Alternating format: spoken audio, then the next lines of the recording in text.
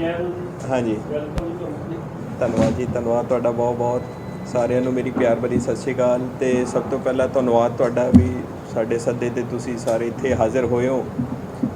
ਤੇ ਕੱਲ ਮੈਂ ਸ਼ਾਮ ਨੂੰ ਇੱਥੇ ਅੰਮ੍ਰਿਤਸਰ ਪਹੁੰਚ ਗਿਆ ਸੀਗਾ, ਬਟ ਕੁਛ ਉੱਥੇ ਚੰਡੀਗੜ੍ਹ ਵੀ ਮੀਂਹ ਪੈ ਗਿਆ ਥੋੜ੍ਹਾ। ਮੈਂ ਚੀਫ ਸੈਕਟਰੀ ਸਾਹਿਬ ਨੂੰ ਵੀ ਮਿਲਣਾ ਸੀਗਾ, ਕੁਛ ਮੀਟਿੰਗਸ ਡਿਲੇ ਹੋਣ ਕਰਕੇ ਸਾਡਾ ਥੋੜ੍ਹਾ ਸ਼ੈਡਿਊਲ ਮੈਂ ਫਿਰ ਅੱਜ ਹੀ ਫਾਰਮਲੀ ਜੁਆਇਨ ਕਰ ਪਾਇਆ।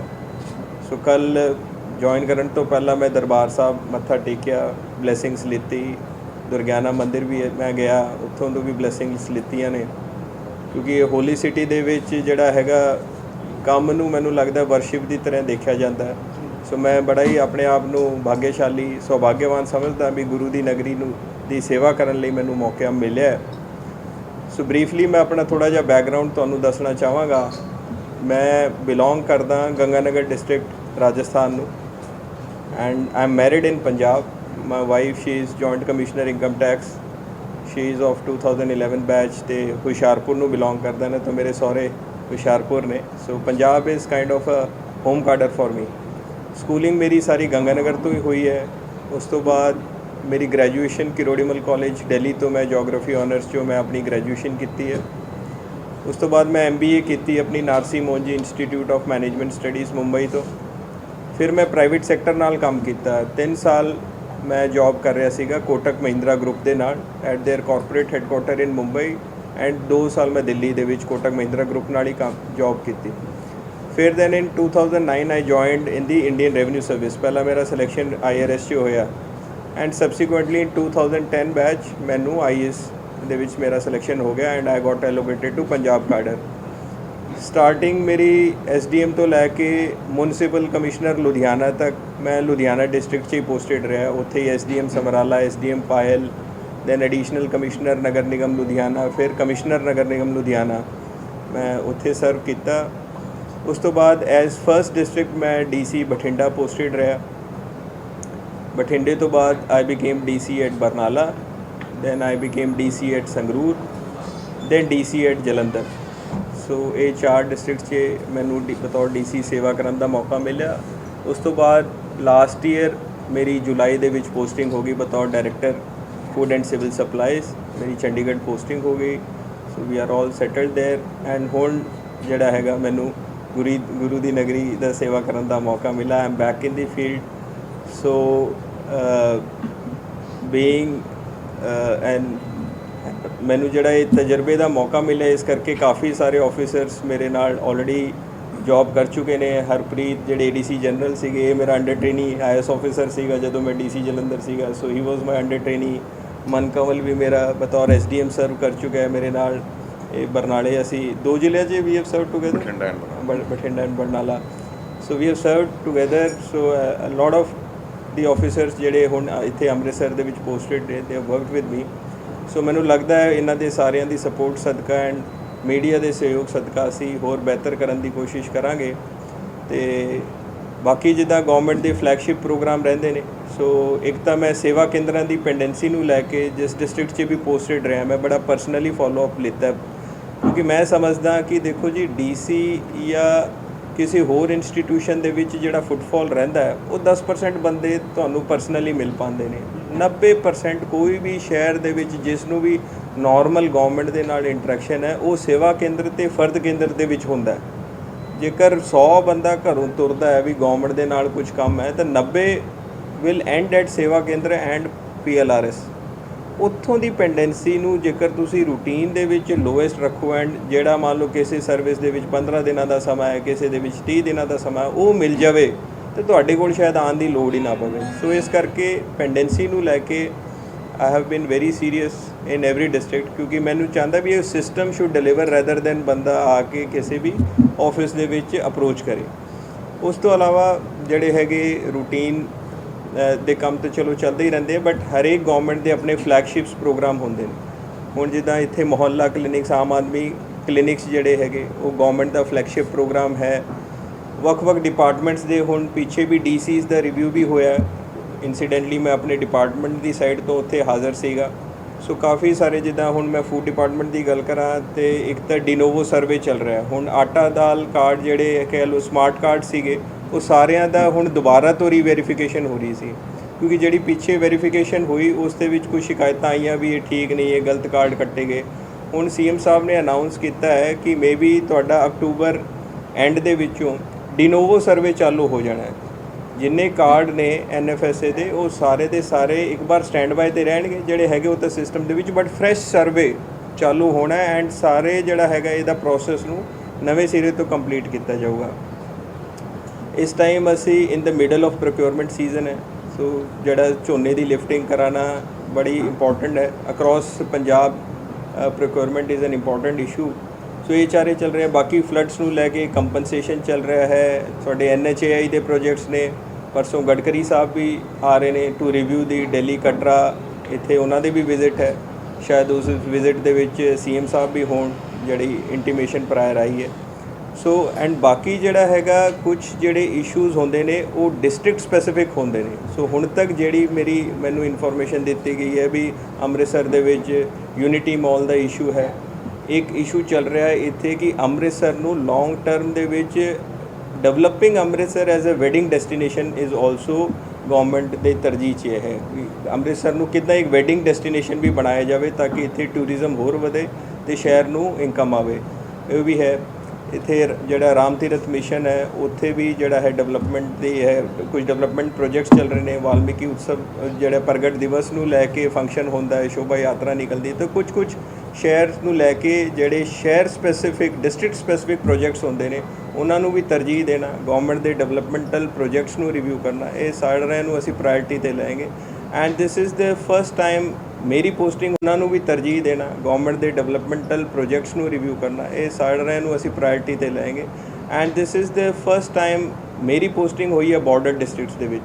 ਸੋ ਬਾਰਡਰ ਡਿਸਟ੍ਰਿਕਟ ਦੇ ਵਿੱਚ ਹੋਰ ਬਾਰਡਰ ਵਿਲੇजेस ਦੀ ਡਿਵੈਲਪਮੈਂਟ, ਬਾਰਡਰ ਇਸ਼ੂਜ਼ ਨੂੰ ਲੈ ਕੇ ਵੀ ਜਿਹੜਾ ਹੈਗਾ ਉਹ ਫੋਕਸ ਕੀਤਾ ਜਾਊਗਾ।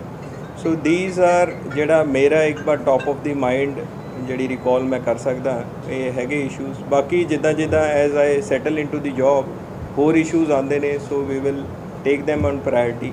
ਸੋ ਬਿਕੋਜ਼ ਅੱਜ ਮੈਂ ਜਸਟ ਜੁਆਇਨ ਕੀਤਾ ਹੈ, ਮੈਂ ਵੀ ਰਿਵਿਊ ਕਰ ਰਿਹਾ, ਮੈਂ ਵੀ ਵੱਖ-ਵੱਖ ਆਫਿਸਰਸ ਨੂੰ ਬੁਲਾ ਕੇ ਕੀ ਡਿਵੈਲਪਮੈਂਟਲ ਪ੍ਰੋਜੈਕਟਸ ਚੱਲ ਰਹੇ ਨੇ ਉਹਨਾਂ ਦਾ ਰਿਵਿਊ ਕਰ ਰਿਹਾ।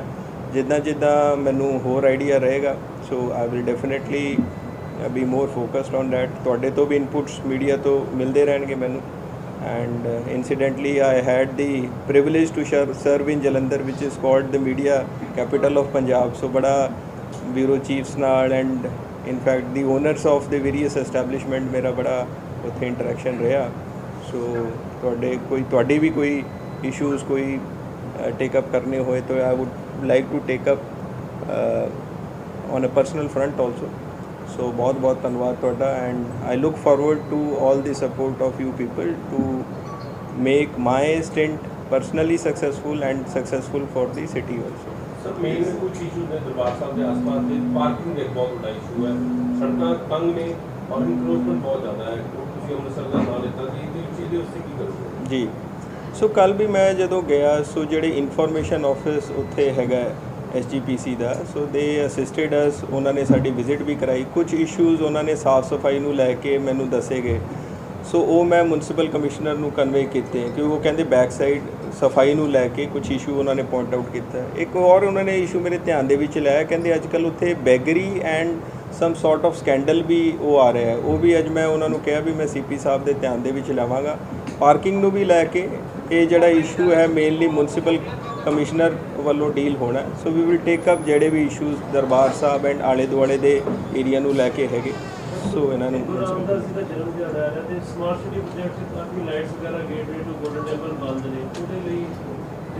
ਸੋ ਅਗੇਨ ਇਹ ਇਸ਼ੂ ਮੈਂ ਸਮਝਦਾ ਕਿ ਇਜ਼ ਰਿਲੇਟਡ ਟੂ ਕਾਰਪੋਰੇਸ਼ਨ। ਇਹ ਕਾਰਪੋਰੇਸ਼ਨ ਸਮਾਰਟ ਸਿਟੀ ਨੂੰ ਲੈ ਕੇ ਅਸੀਂ ਜ਼ਰੂਰ ਕਰਾਵਾਂਗੇ। 30 ਤਰੀਕ ਨੂੰ ਜਿਹੜਾ ਗੁਰੂ ਰਾਮਦਾਸ ਜੀ ਦੇ ਇੱਥੇ ਬੜਾ ਨਗਰ ਕੀਰਤਨ ਵੀ ਨਿਕਲਣਾ, ਉਹ ਵੀ ਉਹਨਾਂ ਨੇ ਅਪਰਾਈਜ਼ ਕੀਤਾ, ਉਹਨਾਂ ਨੇ ਮੈਨੂੰ ਸੱਦਾ ਵੀ ਦਿੱਤਾ। ਸੋ ਇਹ ਇਸ਼ੂ ਵੀ ਅਸੀਂ ਡੈਫੀਨੇਟਲੀ ਕਾਰਪੋਰੇਸ਼ਨ ਦੇ ਨਾਲ NHAI ਦਾ ਚੱਲ ਰਿਹਾ। NHAI ਹਾਈ ਕੋਰਟ 'ਚ ਚਲੀ ਗਈ ਹੈ, ਕੁਝ ਫਾਰਮਰਸ ਪੈਸੇ ਲੈ ਗਏ ਨੇ, ਉਹਨਾਂ ਨੇ ਜ਼ਮੀਨ ਨਹੀਂ ਦਿੱਤੀ, ਉਹਦੇ ਵਿੱਚ ਲੈ ਕੇ ਹਾਈ ਕੋਰਟ ਵੀ ਚਲੇ ਗਏ ਜੀ। ਸੋ ਆਫ ਹੈਂਡ ਤਾਂ ਮੈਂ ਜ਼ਿਆਦਾ ਕਮੈਂਟ ਤਾਂ ਨਹੀਂ ਕਰਾ ਪਾਊਂਗਾ, but going by my experience from Jalandhar I know, ਕਿਉਂਕਿ ਇਹਦੇ ਵਿੱਚ ਕੰਪਨਸੇਸ਼ਨ ਦੇ ਵਿੱਚ ਕੁਝ ਇਸ਼ੂਜ਼ ਆਉਂਦੇ ਨੇ। ਕਈ ਵਾਰ ਕਾਲਾ ਦੇ ਅਵਾਰਡ ਤੋਂ ਸੈਟਿਸਫਾਈਡ ਨਹੀਂ ਹੁੰਦੇ, ਫਿਰ ਤੁਹਾਡੇ ਆਰਬਿਟ੍ਰੇਸ਼ਨ 'ਚ ਜਾਂਦੇ ਨੇ, ਆਰਬਿਟਰੇਟਰ ਦੇ ਅਵਾਰਡ 'ਚੋਂ ਵੀ ਮੋਸਟ ਲਾਈਕਲੀ ਸੈਟਿਸਫਾਈ ਹੋ ਗਏ ਨੇ। ਕਈ ਵਾਰ ਇਦਾਂ ਦੇ ਵੀ ਇਸ਼ੂਜ਼ ਆਏ ਆ ਕਿ ਆਰਬਿਟਰੇਟਰ ਦੇ ਅਵਾਰਡ ਤੋਂ ਇੱਕ ਪਾਰਟੀ ਸੈਟੀਸਫਾਈ ਹੋ ਗਈ ਲੇਕਿਨ 5 ਪਾਰਟੀ ਜਿਹੜੀ ਪਹਿਲਾਂ ਸੈਟੀਸਫਾਈ ਹੋ ਗਈ ਉਹ ਨਾਰਾਜ਼ ਹੋ ਗਏ। So there are multiple issues related to NHAI compensation. We will have a comprehensive look at it. In any case, the Union Minister is for Road Transport and Highways is coming. So ਸਾਨੂੰ ਇਹਦੇ ਵਿੱਚ ਅਗਲੇ 2 ਦਿਨ ਤੱਕ ਕਾਫੀ detail ਦੇ ਵਿੱਚ we will see ਕਿ NHAI ਦੇ ਕੀ issues ਨੇ। But I am told ਕਿ ਜਿਹੜਾ ਆਫ ਐਂਡ ਬਿਕੋਜ਼ ਸਾਨੂੰ ਸਟੇਟ ਲੈਵਲ ਦੀ ਵੀ ਇਨਫੋਰਮੇਸ਼ਨ ਰੱਖਦੀ ਕਿ ਗੁਰਦਾਸਪੁਰ ਐਂਡ ਤਰਨਤਾਰਨ ਦੇ ਵਿੱਚ ਹੋਰ ਵੀ ਜ਼ਿਆਦਾ ਇਸ਼ੂਜ਼ ਨੇ NHAI ਨੂੰ ਲੈ ਕੇ। ਰਿਲੇਟਿਵਲੀ ਅੰਮ੍ਰਿਤਸਰ ਦੇ ਵਿੱਚ ਪੋਜੀਸ਼ਨ ਲੈਵਲਸ ਆਰ ਬੈਟਰ। ਸੋ ਮੈਂ ਦੇਖ ਲਾਂਗਾ ਬਿਕੋਜ਼ ਮੈਂ ਉਹਨਾਂ ਨੂੰ ਪੂਰੇ ਪੰਜਾਬ ਦੇ ਵਿੱਚ ਇਹ ਕਹਿੰਦੇ ਲਗਭਗ 350 ਕਿਲੋਮੀਟਰ ਦਾ ਜਿਹੜਾ ਸਟ੍ਰੈਚ ਹੈ of and for the Delhi Katra ਉਹਨੂੰ ਵੀ ਰਿਵਿਊ ਕਰਾਂਗੇ। ਲਗਭਗ 90 ਤੋਂ 100 ਕਿਲੋਮੀਟਰ ਦਾ ਸਟ੍ਰੈਚ ਜਿਹੜਾ ਨਕੋਦਰ ਦੇ ਆਸ-ਪਾਸ ਤੋਂ ਤੁਹਾਡੀ ਅੰਮ੍ਰਿਤਸਰ ਕਨੈਕਟੀਵਿਟੀ ਸਪੈਸ਼ਲ ਨਿਕਲਦੀ ਉਸ ਚੀਜ਼ ਨੂੰ ਵੀ ਰਿਵਿਊ ਕਰਾਂਗੇ and we will try to best. ਇੱਕ ਮੈਨੂੰ ਦੱਸਿਆ ਗਿਆ ਕਿਉਂਕਿ ਇੱਥੇ SDM 2 ਦੀ ਪੋਸਟ ਕੁਝ 6 ਮਹੀਨੇ ਤੋਂ ਖਾਲੀ ਸੀਗੀ ਜਿਹੜੇ ਹੁਣ ਨਿਕਾਸ ਜੀ ਦੀ ਪੋਸਟਿੰਗ ਹੋ ਗਈ ਹੈ ਉਹਦੇ ਕਰਕੇ ਵੀ ਕੰਪਨਸੇਸ਼ਨ ਐਨਹਾਂਸ ਹੋ ਕੇ ਪੋਜੀਸ਼ਨ ਨੂੰ ਵਧਾਇਆ ਜਾਏਗਾ। ਪਟਵਾਰੀਆਂ ਦੀ ਜਿਹੜੀ ਹੜਤਾਲ ਹੋ ਰਹੀ ਹੈ ਅੱਜ ਤੱਕ ਆਮ ਪਬਲਿਕ ਨੂੰ ਦਿੱਕਤ ਆ ਰਹੀ ਹੈ ਲਈ ਕੀ ਰਣਨੀਤੀ ਹੈ ਸਰਕਾਰ ਦੀ?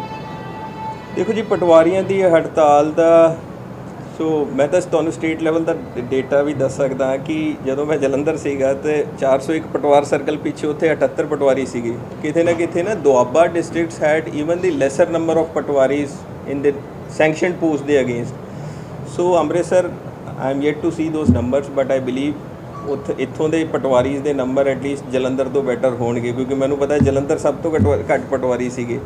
ਉਹਦੇ ਵਿੱਚ ਅਸੀਂ ਦੇਖਾਂਗੇ ਕਿ ਜਿੱਥੇ ਤੁਹਾਡੇ ਇੰਤਕਾਲ ਜਾਂ ਹੋਰ ਸਰਵਿਸਿਜ਼ ਸਭ ਤੋਂ ਜ਼ਿਆਦਾ ਕਿਉਂਕਿ ਇੱਕ ਇਹਨਾਂ ਦੀ ਡਿਮਾਂਡ ਹੈ ਅਸੀਂ ਵਾਧੂ ਸਰਕਲ ਦੇ ਵਿੱਚ ਕੰਮ ਨਹੀਂ ਕਰਨਾ।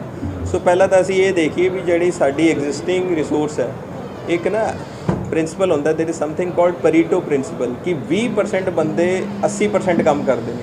ਸੋ ਜੇਕਰ ਸਾਡੇ ਕੋਲ 20% ਸਟਾਫ ਹੈਗਾ 30% ਹੈ whatever is that number put them where ਜਿੱਥੇ ਸਭ ਤੋਂ ਜ਼ਿਆਦਾ ਫੁੱਟਫਾਲ ਹੈ ਪਹਿਲਾਂ ਤਾਂ ਉਹ ਕੰਮ ਕਰਾ ਕੇ ਤਾਂ ਕਿ ਐਟਲੀਸਟ ਤੁਸੀਂ 80-90% ਤੱਕ ਕਰਾਓ। ਬਾਕੀ ਜਿਹੜਾ ਮੇਰੇ ਕੋਲ ਆਫ ਹੈਂਡ ਬਰੀਫ ਇਹ ਹੈਗੀ ਕਿ ਪਟਵਾਰੀ ਜਿਹੜੇ ਨਵੇਂ ਭਰਤੀ ਹੋਏ ਨੇ ਉਹਨਾਂ ਦਾ ਵੀ ਹੁਣ ਫਾਈਨਲ ਐਗਜ਼ਾਮ ਸਟੇਜ ਤੇ ਚੱਲ ਰਿਹਾ ਕੰਮ ਉਹ ਵੀ ਸਾਡੇ ਕੋਲ ਡਿਪਲਾਈ ਹੋ ਜਾਣਗੇ। ਇੱਕ ਕੋਈ ਪ੍ਰਪੋਜ਼ਲ ਗਈ ਹੋਈ ਹੈ ਆਊਟਸੋਰਸਿੰਗ ਦੇ ਬੇਸ ਤੇ ਵੀ ਰੱਖਣ ਦੀ ਉਹ ਵੀ ਸ਼ਾਇਦ FCR ਸਾਹਿਬ ਦੇ ਥਰੂ ਫਾਈਨਲ ਡਿਸੀਜਨ ਤੇ ਹੈ ਕਿਉਂਕਿ ਵਿੱਚੇ ਮੈਨੂੰ ਕੁਝ ਇਹ ਕਨਵੇ ਕੀਤਾ ਗਿਆ ਸੀਗਾ ਕਿ ਆਊਟਸੋਰਸਿੰਗ ਬਿਯੋਂਡ ਯੋਰ ਰਿਟਾਇਰਮੈਂਟ ਦੇ ਉੱਤੇ ਕੁਝ ਰੋਕ ਲੱਗੀ ਹੋਈ ਹੈ। ਸੋ ਉਹ ਵੀ ਦੱਸਿਆ ਗਿਆ ਸ਼ਾਇਦ ਉਹ ਵੀ ਰਿਜ਼ੋਲਵ ਹੋ ਜਾਵੇ ਤਾਂ we will try to resolve ਜਿਹੜਾ ਇਸ ਇਸ਼ੂ ਕਰਕੇ ਲੋਕਾਂ ਨੂੰ ਪ੍ਰੋਬਲਮ ਫੇਸ ਕਰਨਾ। ਰਾਈਟ ਪਬਲਿਕ ਟ੍ਰਾਂਸਪੋਰਟ ਨੂੰ ਲੈ ਕੇ ਜੀ BRTS ਬੱਸਿਸ ਜਿਹੜੀਆਂ ਨੇ ਕਾਫੀ ਦੇਰ ਤੋਂ ਉਹਨਾਂ ਦਾ ਇਸ਼ੂ ਚੱਲ ਰਿਹਾ ਗਵਰਨਮੈਂਟ ਦੇ ਨਾਲ ਔਰ ਬਹੁਤ ਵੱਡਾ ਜਿਹੜਾ ਨੁਕਸਾਨ ਹੋ ਰਿਹਾ ਤੇ ਬਹੁਤ ਪਰੇਸ਼ਾਨ ਹੋ ਰਹੇ ਸਕੂਲ ਦੇ ਬੱਚੇ ਨੇ ਕਾਲਜ ਕੋਈ ਸਟੂਡੈਂਟਸ ਵੀ ਤੇ ਆਮ ਲੋਕ ਵੀ ਨੇ ਬਹੁਤ ਪਰੇਸ਼ਾਨ ਹੋ ਰਹੇ ਉਹ ਇਸ਼ੂ ਨਹੀਂ ਰਿਜ਼ੋਲਵ ਹੋ ਰਿਹਾ। ਸੈਕੰਡ ਕੰਸਰਨ ਸਰ ਟ੍ਰੈਫਿਕ ਨੂੰ ਲੈ ਕੇ ਹੈ ਸ਼ਹਿਰ ਹਮੇਸ਼ਾ ਦੇਖਿਆ ਜਾਂਦਾ ਕਿ ਬਾਹਰ ਦਾ ਟ੍ਰੈਫਿਕ ਜਿਹੜਾ ਕਿ ਦਰਬਾਰ ਸਾਹਿਬ ਦੇ ਆਲੇ ਦੁਆਲੇ ਹੈ ਜਾਂ ਰਿੰਗ ਰੋਡ ਤੇ ਹੈ ਉਹ ਦੇਖਿਆ ਜਾਂਦਾ ਲੇਕਿਨ ਅੰਦਰੂਨੀ ਸ਼ਹਿਰ ਦੇ ਵਿੱਚ ਬਹੁਤ ਬੁਰੇ ਹਾਲਾਤ ਨੇ ਜਿਹੜੇ ਟ੍ਰੈਫਿਕ ਦੇ। ਜੇ ਦਰਬਾਰ ਸਾਹਿਬ ਦੇ ਪਰਲੇ ਪਾਸੇ ਚਲੇ ਜਾਈਏ ਕਾਲਜ ਤੋਂ ਅੰਦਰ ਇੰਟੀਰੀਅਰ ਸਿਟੀ ਦੇ ਵਿੱਚ ਚਲੇ ਜਾਈਏ ਜਿੱਥੇ ਕਿ ਸਾਰਾ ਬਿਜ਼ਨਸ ਹੱਬ ਹੈ ਉੱਥੇ ਜਾਮ ਲੱਗਾ ਰਹਿੰਦਾ ਉੱਥੇ ਇੱਕ ਡਿਪਲੋਏ ਕਰਨਾ ਚਾਹੀਦਾ ਇੰਪਲੋਈ ਕੋਈ ਵੀ ਪੁਲਿਸ ਦਾ ਹੋਵੇ ਜਾਂ ਕੋਈ ਐਡਮਿਨਿਸਟ੍ਰੇਸ਼ਨ ਦਾ ਹੋਵੇ ਤਾਂ ਕਿ ਉੱਥੇ ਟ੍ਰੈਫਿਕ